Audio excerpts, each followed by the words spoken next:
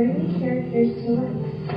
When you see the Cratchit family and other guests lying on the screen, feel free to read along with us. Enjoy! Marley was dead. There's no doubt about it. In fact, he has been dead for 7 years since very day, Christmas Eve. Scrooge and Marley have been partners for many years. Scrooge never removed Marley's name from the business sign. It still said Scrooge and Marley above the warehouse door.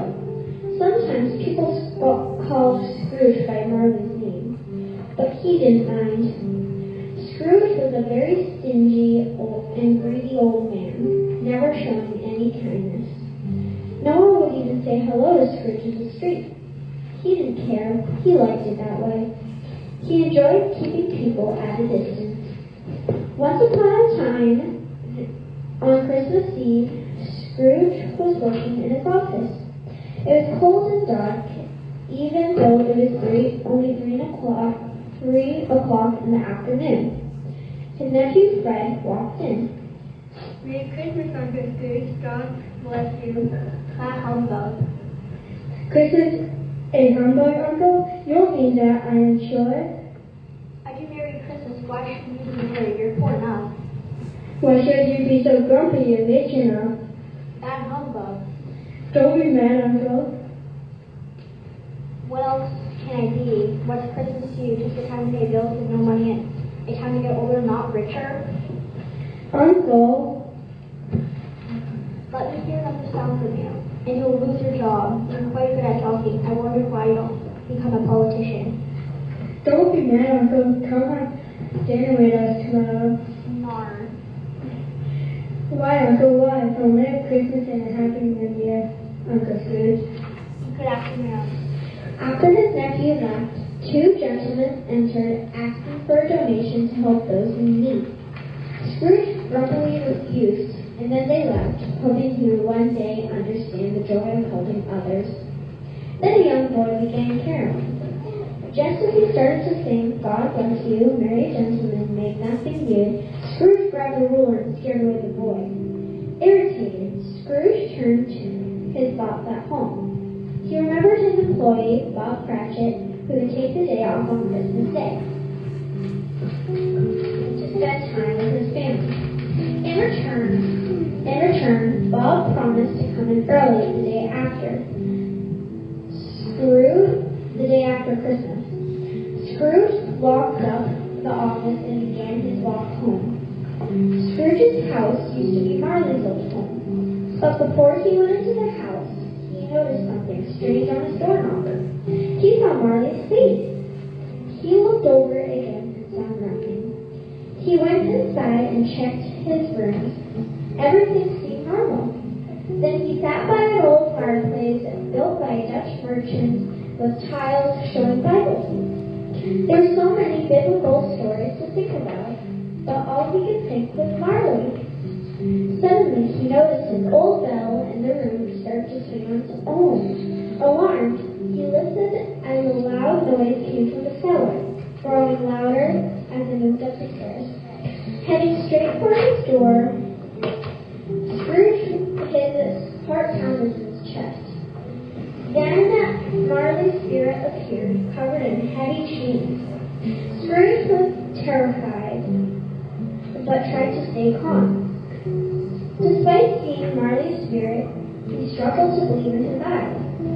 But he made himself brave and asked the spirit figure, "What do you want me for you?" Jacob Mullins, you don't believe in me, do you? If you're just something I made with a piece of old cheese or with an undercooked potato, she might be more brave in your spirit. Scrooge tried to distract himself by making jokes because he was scared, even though he was never good at it. Marley's spirit let out a terrifying cry and shook its cheeks with an awful noise. Terrified, Scrooge fell to his knees and began begging for mercy, asking why Marley was haunting him. Do you believe in me now? Yes, why were you chained? I made this chain link by link. It is a punishment for the good deeds I fear to do. always a good businessman. Again, Marley's spirit let out a terrifying cry and shook its chains with an awful noise. This made Scrooge even more terrified, and he started shaking. Marley came to warn Scrooge to change his ways and redeem himself to be a better person. But before it was too late, so he wouldn't face the same fate. He also told Scrooge that he would be visited by 3 spirits. The first spirit would come tomorrow at 1 o'clock. The second spirit would come the night after at the same time. And the third spirit at midnight the following night. Marley reminded Scrooge to remember everything he had been told before disappearing. Feeling exhausted from everything he had experienced, Scrooge went straight to bed without changing his clothes and fell asleep instantly.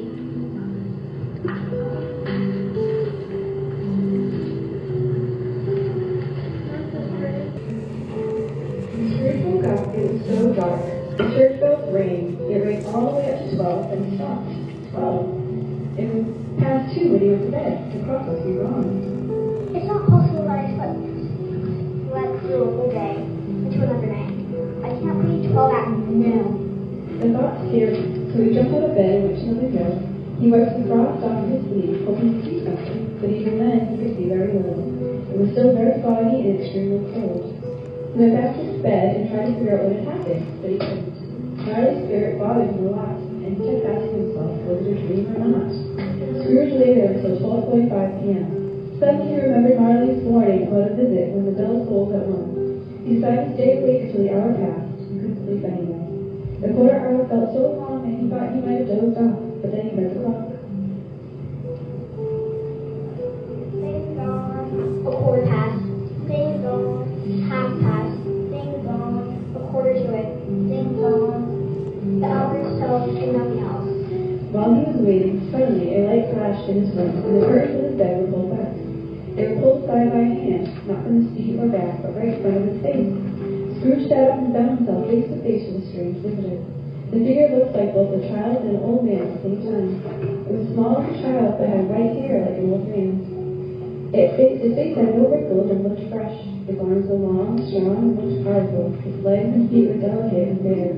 It wore a pure white tunic with a shiny belt. It held a branch of green holly, and its outfit was decorated with summer flowers. A bright light shone from its head, and it held a large cap under its arm to cover the light when needed. Scrooge stared at the strange figure, but it kept changing shape. Sometimes it had one arm, sometimes one leg, and sometimes many legs. In the darkness it seemed to disappear, but then it would appear again. He gravely asked the spirit figure, Are you the spirit who was foretold to come to me? I am. Who and what are you? I'm the spirit of Christmas past.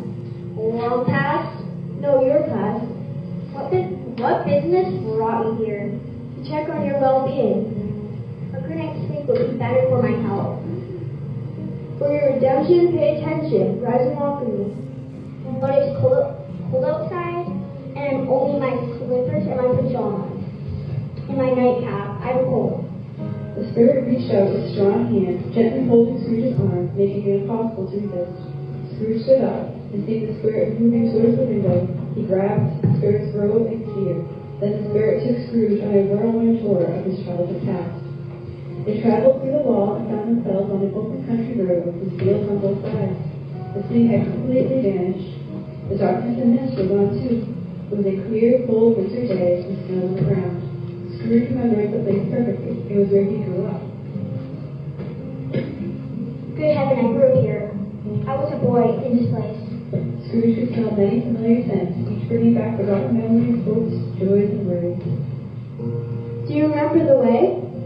Remember, I could walk it blindfolded. Spirit and Scrooge walked along the road. Scrooge recognized every gate, post, and tree. In the distance, the little market town appeared with its bridge, church, and winding river. They left the main road and walked down familiar lane. Soon they approached a boarding house that was Scrooge's home as a child. It was made of dull red brick, with a little letter hanging on the roof and a bell hanging in it. The building had seen better days. The large offices were barely used. The walls were damp and covered in moss, with broken windows and decayed keys. Chickens clucked in the stables, and grass had overgrown the building and shed. making it look gloomy. Inside it was cold and empty, with very little furniture. The air smelled earthy and felt chilly. Then they walked across the hall to a door at the back of the building, which led them to a classroom with rows of plain desks and benches. A lonely boy was reading near the fire. It was Scrooge and the little boy. Seeing himself the lonely young boy, reminded him of the caroler he had scared away. He regretted his actions and wished he had shown kindness to the boy. Poor boy, I wish he like now. The spirit took Scrooge back to another from the past, back when he was in the classroom. The classroom became darker and dirtier. The wooden panels shrunk, the windows cracked, and pieces of plaster fell from the ceiling, showing the wooden beams. Scrooge didn't know how this happened, but he remembered everything was just as it used to be. Young Scrooge was alone again, while all the other boys went home for Christmas. He wasn't reading this time. Instead, he paced around, nervously looking at the door, hoping someone would come to take him home for Christmas. Then the door opened and his sister Anne appeared. She rushed in and hugged him tightly. Dear brother, I have come to bring you home. Oh, so fast? Yes, home. For good and calm. Forever and ever. Father is much kinder than he used to be. Home feels like heaven. One night he spoke so gently to me before bed that I wasn't afraid to ask if you could come home. He said yes and sent me in a carriage to bring you back. We'll spend all of Christmas together and have the merriest time ever. The children cheerfully said goodbye to the schoolmaster, got into the carriage, and drove off happily. Your sister was always gentle and had a big heart. So she had your right spirit. She grew up and had children. One child? True, your nephew. Yes. After showing Scrooge his childhood, the spirit moved on to reveal his youth. They found themselves in a busy, brightly lit city street. The decoration at the store showed that it was Christmas time again several years later. The spirit stopped at a certain warehouse store and asked Scrooge if he knew the place. Do you know this place? Yes, I used to work here. It's Mr. Feasley, my old boss. Inhart. That's Dick Wings, my fellow worker. Yes, there he is. Mr. Feasley was hosting a joyous Christmas party. He instructed the boys to start preparing for the festivities by putting up the decorations as fast as possible. And you wouldn't believe how quickly the boys went. In a minute, everything was packed away. The floor was swept in water. The lamps were trimmed. The fuel was heaped on the fire. The warehouse was snug, warm, dry, and as bright as you could imagine on a winter's night. The room was magically transformed into a grand and festive hall. Just then, the fiddler came in with a music book and turned the high desk into his orchestra. Tuning his fiddle loudly. Mrs. Feasley entered with a big smile. Then Mrs. Feasley came in, looking cheerful. 6 young men arrived. All the young men and women who worked there came in next. The housemaid came in with her cousin, the baker. The cook arrived with her brother's friend, the milkman. Even the boy from across the street, hiding behind the girl next door, showed up. There were dances, games, lots of food, and plenty of drinks. It was a merry, joyous party. Even Mr. Feasley danced with Mrs. Feasley to a lively music of Sir Roger de Coverley, played by the fiddler. When the clock struck 11, the party ended. Mr. and Mrs. Feasley stood by the door, shaking hands with each person and wishing them a Merry Christmas as they left. During this whole time, Scrooge remembered everything, enjoyed everything, and felt the strangest excitement. Mr. Feasley's warm gesture made a big difference in the happiness of his employees. Scrooge felt overpowered kindness and wished he could speak to his employees about Cratchit with the same generosity. Moving forward, the spirit brought Scrooge to see himself as a young adult. He had changed for the worse. His face was not yet harsh, but it showed signs of grief. His eyes showed a restless passion. He sat beside Belle, his fiancée, who was sad. Her eyes filled with tears. She realized that Scrooge's greatest love was money, not her. Another word has replaced you. If it can make you happy, God. What love has replaced you? Replaced you? Money. This is how the world works. It's unfair to say. It's bad to get rich. You feel the world too much. You used to have good dreams and positions, but now you only care about getting rich. And what is it others think you? What then? Even if I'm wiser, what then haven't I changed towards you, have I? Not Thomas Gold. You made it when you were born to happy. You have changed. You look different. I was young. You know you are not the same I am. What made us happy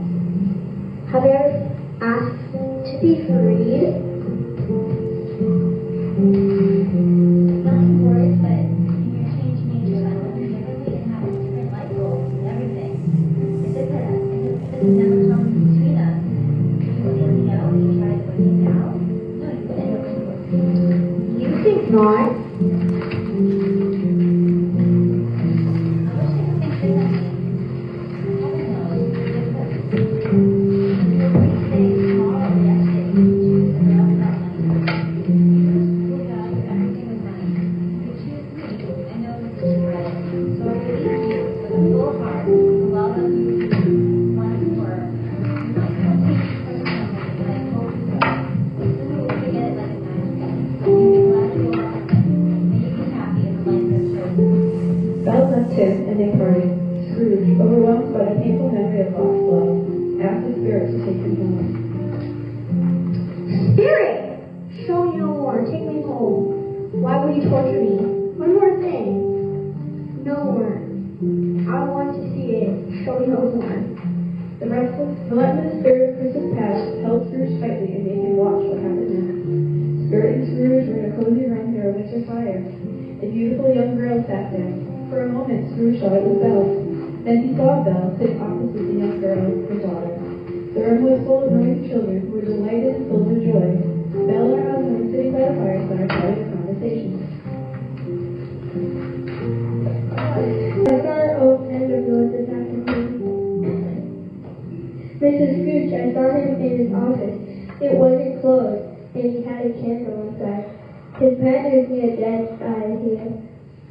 He sat alone, quite alone in the wood, I believe. Scrooge was overwhelmed by the regret of losing his beloved Belle, as well as the grief of losing Marley. This became unbearable for him. He pleaded with the spirit to remove him from the painful vision and take him back. Spirit! Remove me from this place. I cannot bear it. Take me back. Help me no longer.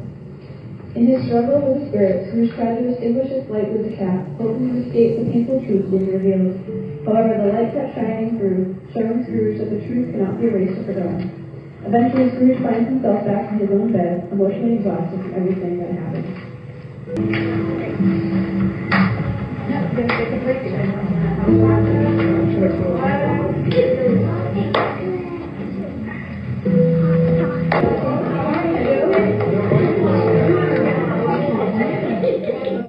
Scrooge woke up to a loud snore and sat up in bed, knowing the clock was about to strike 1. He lay back down, nervous but alert for the second spirit. Finally, the clock struck 1, but no spirit appeared. Scrooge began to tremble. Why is nothing happening? As Scrooge lay in his bed, a bright red light filled the room. This mysterious light was more terrifying than a dozen spirits. He couldn't understand what was even to worry, that he might be catching on fire without knowing it. What does this light mean? Am I going to catch fire? Eventually, he started to think that the source of the mysterious light was from the next room. He got up and shuffled to the door to investigate.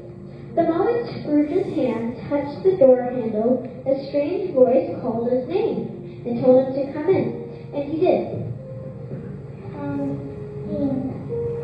And the spirit of Christmas present work upon me. The room had changed in a very surprising way. The walls and ceiling were covered with green leaves, making it look like a forest. Bright berries sparkled everywhere. The shine leaves of holly, mistletoe, and ivy reflected like little mirrors. A huge fire roared in the fireplace. On the floor were piles of turkey, geese, chickens, and big pieces of meat. Sausages, plum pudding, barrels of oysters, hot chestnuts, apples, oranges, pears, giant cakes, and a bowl of punch. Sitting on a chair was a jolly giant, holding a glowing torch. He held it to light up Scrooge as he peeked around the door. Scrooge entered quietly, lowering his head. He wasn't the stubborn Scrooge he had been before. He saw that the spirit wore a loose green robe with white fur on the edges. Its feet were bare, and it wore a holly wreath with shiny icicles around its head. It had long, dark brown curls, a cheerful face, sparkling eyes, open hands, a happy voice, and joyful manner. Around its waist was an old and rusty scabbard with no sword. The spirit was different than the last spirit. Have you ever seen anyone like me before? Never, spirit! If you have anything to teach me, let me learn from it. That's my load. Scrooge did as he was told and held on tight. Instantly, all the bright decorations and tasty dishes and drinks vanished. The room turned empty and plain, just as it was moments earlier. Scrooge and the spirit traveled to a different time. They found themselves on the city streets on Christmas morning. It was very cold and dark. People were busy clearing the snow from their roof and sidewalk. Despite the gloomy weather, there was a cheerful feeling in the air. People were happy and laughing. They threw snowballs at each other. The stores were filled with produce and goods. The store owner and his workers were friendly and kind. The church bells rang calling everyone to church. People filled the streets with happy faces. Scrooge and the spirit went on, straight to Bob Cratchit's house, his employee. Inside, Mrs. Cratchit stood up, wearing an old dress that had been mended and decorated with bright ribbons to make it look nice. She laid the table with help from Belinda, her second daughter, who also wore ribbons. Peter Cratchit was busy with the potatoes. He wore a large shirt collar, a special gift from his dad, and felt proud to be dressed up. Two younger Cratchit children ran in, shouting excitedly because they had smelled goose cooking at the baker's place. Thinking about the delicious food, they danced around the table. The Cratchit family was poor, yet they were filled with happiness and shared a lot of love. As the excitement grew, Mrs. Cratchit looked around, a concerned expression on her face. Linda forgot her father and brother, Tiny Tim, and Mom told us to leave an hour last Christmas Day. Here, Martha, Mother. Bless your heart alive, my dear. Why did you come late? Because we had a lot of work to finish up last night and had to clean up the morning. I'm a big confusion. Actually, sorry.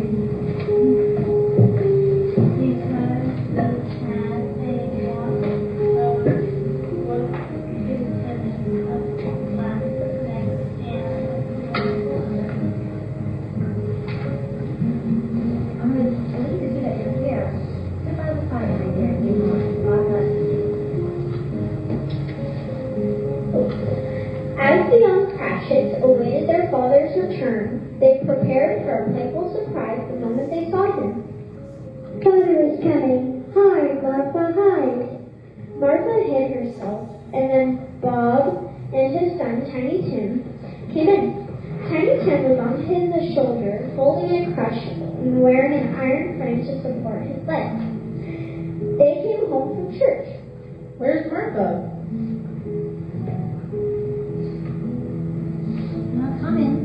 Not coming. Not coming on Christmas Day? Martha didn't want to see her father disappointed, even if it was just a game. So she quickly came out behind the closet door and hugged her father. Meanwhile, the two young Cratchits quickly took Tiny Tim to the wash house, and Mrs. Cratchit was worried about Tiny Tim. How did little Tim behave? He was very wise and strong for his age. Even though he had a physical disability, he stayed happy and hopeful. He wanted to remind people about Jesus, who made disabled beggars walk and blind men see. Bob's voice trembled as he spoke about Tiny Tim. Before another word was said, Tiny Tim's little crutch was heard on the floor as he returned, escorted by his brother and sister, who stood by the fire.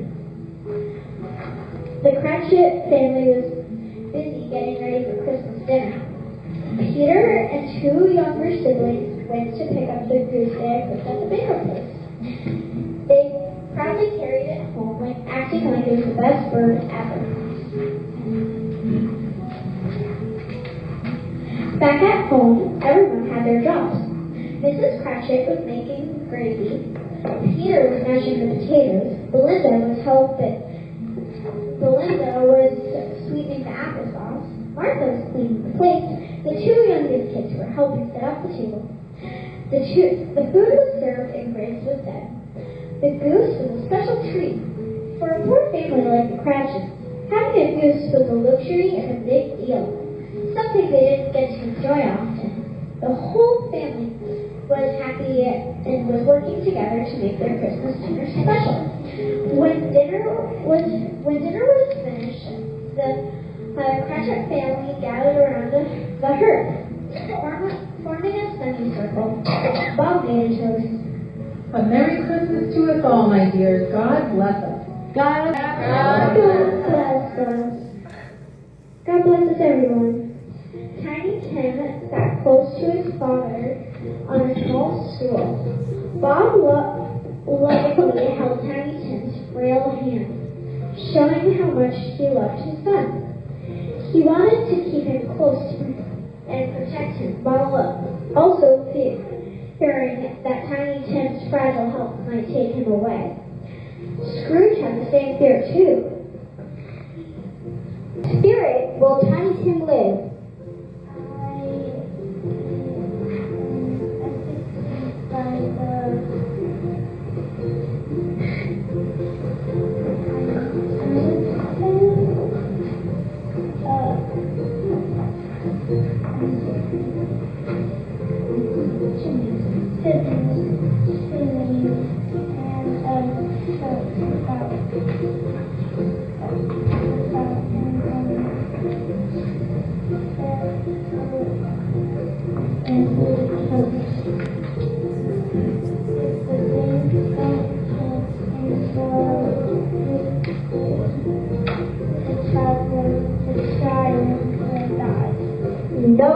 No.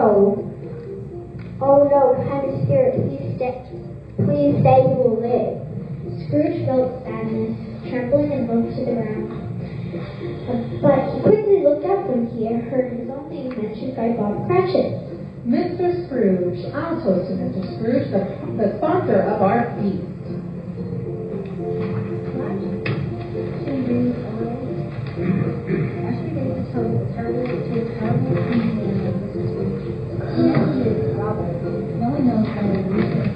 My dear, the children, it's Christmas Day. Oh, here's your steak and the days. We don't forget. Merry Christmas and a Happy New Year. The children joined the toast without enthusiasm. The mention of Scrooge's name cast a dark shadow over the dinner. However, the Cratchit family moved on to more pleasant topics, continuing their cheerful conversation. The spirit sped on, taking Scrooge to a new location. It was a bright, gleaming room. Scrooge, surprised to hear his nephew's happy laugh. Nothing was as contagious as laughter and good humor. They were at their nephew's house. His nephew was talking to the guests about Scrooge and how he had turned down his invitation to Christmas dinner.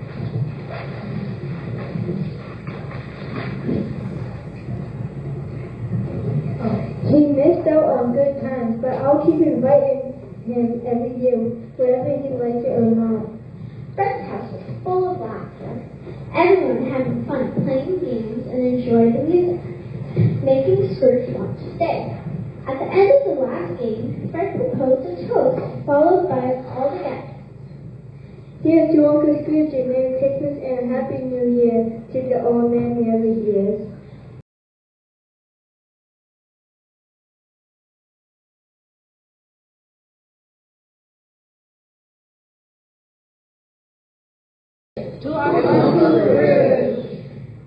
Suddenly, the whole scene vanished with Fred's last words. The spirit and Scrooge were on a journey again to many different places and brought happiness wherever they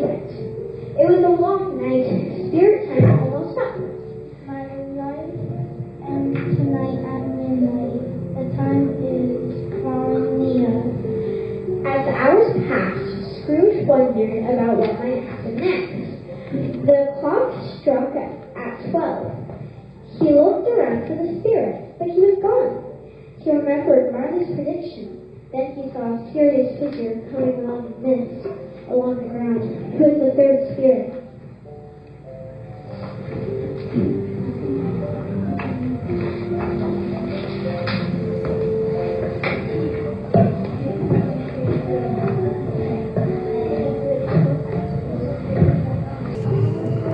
The spirit moved slowly and quietly. When it came close, Scrooge knelt. He felt the darkness and mystery which made him very afraid. The spirit was tall and covered in a deep black robe that hid his head, face, and body. Only one outstretched hand could be seen. It neither spoke nor moved. It was hard to see it in the darkness. Are you the spirit of Christmas future? The spirit did not answer, but instead pointed forward with his hand. Although Scrooge was used to meeting spirits by now, he was terrified of this one. His legs shook, and he could hardly stand. He felt as if unseen eyes were staring at him closely, but he could only see dark shapes where its face should be. Spirit of the future, I am more afraid of you than any other spirit I've seen, but I know you are here to help me change my ways to become a better person. I am ready. Why won't you speak to me? The spirit did not reply, but pointed ahead with his hand. It then moved away, and Scrooge followed. They found themselves in a busy city full of activity and business. The vision was familiar to Scrooge. The spirit stopped next to a small group of businessmen and pointed to them with his hand. Scrooge moved closer and listened to their conversation. No, I don't know much about it. I only know he's dead. When did he die? Last night, I believe. Why? What's the matter with him? I thought he never died. God knows. What happened to... What has he done with his money? I haven't heard. He didn't leave it to me, that's all I know. It will be a very cheap funeral. I don't know if anyone would go. Maybe we should volunteer? I don't mind going for his lunch, but I need to get fed if I go. I'll go if anyone else will, but I'm not sure if I was his best friend, although we used to stop and talk to him every night. The businessmen strolled away and mingled with other groups. Then they left the busy city and entered a dark part of town that Scrooge had never seen before. The streets were dirty and narrow, the stores and houses were in bad shape. The people were poorly dressed, drunk, and looked rough. Alleys and archways were filled with awful smells, dirt, and lights spilling into the streets. The whole area was filled with crime, filth, and misery. Scrooge and the spirit arrived at a pawn store owned by Old Joe. Welcome to a pawn shop. It's good to have met in a better place. Let's see what you brought today. A small group of people had unexpectedly gathered. First, Mrs. Dilber, the cleaning lady, stepped forward, followed by the laundry lady, and then the mortician. Each carried a box filled with items they hoped to sell. They sat together and talked about the items they had taken from a dead man's home. Scrooge was listening and feeling disgusted. They showed no respect for the deceased. Then the spirit brought Scrooge to see the dead man and pointed his finger at the man's head. The spirit wanted Scrooge to lift the sheet and reveal the dead man's identity, but Scrooge couldn't do it. I understand, but I can't do it. Scrooge wanted to know if anyone in the town had any emotional reaction to the man's death. He wanted to see if anyone felt anything, sadness, relief, or any other emotion. If there is any person in this town who feels any emotion caused by this man's death, show the person to me, spirit. The spirit spread its dark robe like a ring, and when it pulled the robe back, it revealed a room filled with daylight. Inside the room, there was a mother with her children. The mother was expecting someone and was very anxious about it. At last, the long-awaited knock was heard. The mother's heart raced as she hurried to the door, her children watching anxiously. She opened it to reveal a familiar face, her husband. Her husband came with a sad face. He sat down to the dinner, and his wife asked him what the news was. Bad. No, but there's still hope.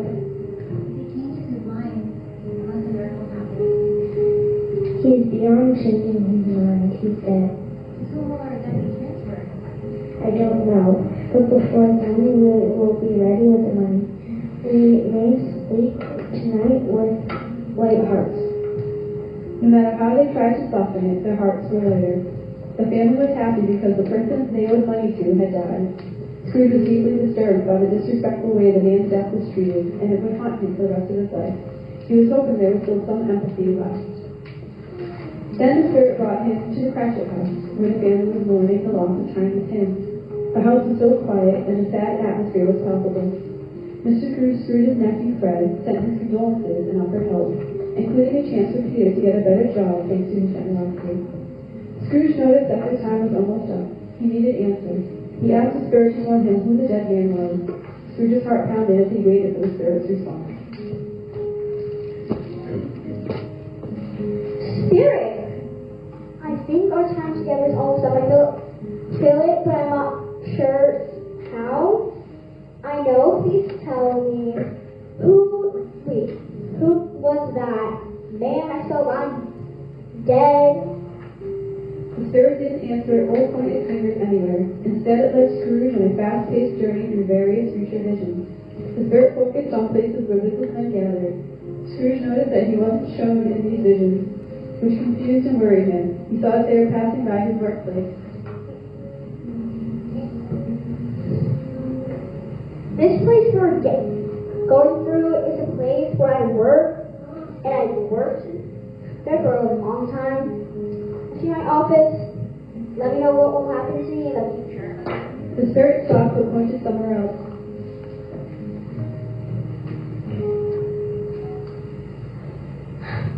My office is over there. Why are you pointing away? The spirit's finger didn't move. Scrooge hurried to the window and looked in. It was still an office, but not his. The furniture was different, and the person in the chair was not him. Then they entered a churchyard. The place was surrounded by houses, overgrown with grass and weeds. It was crowded with abandoned graves. The spirit stood among the graves and pointed to the grave. Scrooge moved towards it, and he trembled to read the name on the stone with Ebenezer Scrooge. Spirit, are these the things that will definitely happen, or can they change if I change? The spirit remained still.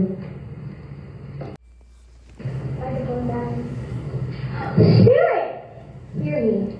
I am not the man I was. I can still change by living a different life. Tell me I can erase for writing on this stone. Scrooge grabbed the spirit's hand. The spirit tried to free itself, but Scrooge held on tightly and didn't want to let go. Spirit being stronger, it pushed Scrooge back. As Scrooge held up his hand, praying to change his fate, he noticed a change in Spirit's hood and robe. They shrank, collapsed, and turned into a bedpost. Scrooge woke up and realized he was in his own bed in his own room. Best of all, he had time to make things right. He jumped out of bed, feeling energized and full of thankfulness. The night's events were clear in his mind. Each spirit's blessing was deeply remembered. I will live in the past, the present, and the future. The spirits, all three, will guide me. Thank you, Jacob Marley. Thank you, Heaven and Christmas. I don't know what to do. I'm night-eyed as a feather, as happy as an angel, as merry as a schoolboy, as giddy as a drunken man. Merry Christmas. Happy New Year. Scrooge was so happy. He was laughing and crying at the same time. Even though he hadn't laughed in many years, it was a wonderful laugh. A truly great laugh. The start of many, many more happy laughs to come. He felt joy and fresh. I don't know what day it is. I don't know how long I've been here, spirits. I don't know anything. I feel like a baby boy. Never mind, I don't care. I'd rather be a baby. Hello, hello there. He heard the loudest church bells ever. The joyous ringing filled the air, and he realized he had been given another chance at life.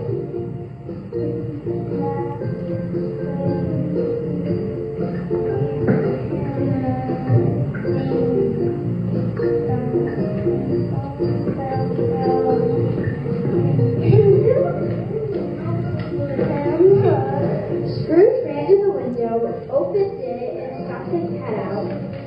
There was no fog or mist. It was bright, clear, cheerful, and cold. He saw a boy in Sunday clothes who was hanging around and called him. Hello, little boy, what day is it? Today is Christmas, Little boy, do you know the Pulitzer store back next street in the corner where I sure hope I do. Smart boy, do you know they have a big turkey, the big, I was hanging up there, not the little one, the big one, What's the one as big as me? What did you like the boy? Yes, that one. It's hanging here now. Is it? Go and buy it. Are you serious? Yours? Yours. I am serious. Go and buy it. Hold on. And tell them to bring it here so I can tell them where to take it. Come back with this hand. I'll give you a shilling. Come back with him. Less than 5 minutes. And I'll give you a half-crown. The boy ran off as quickly as he could. Scrooge planned to send the turkey to the Cratchit family's house. This would be the best surprise ever for them. Scrooge, though his hands were shaking, he managed to write the address. He went downstairs to open the door, waiting for the poulterer's man to arrive. He also ordered the cab to deliver the turkey. Scrooge paid both the turkey and the cab and thanked the boy. He was being generous with his money. He had changed. He had become a generous man. He dressed in his best clothes and went to church. Then he walked through the streets with his hands behind his back, smiling at everyone. Scrooge looked so cheerful that several people greeted him.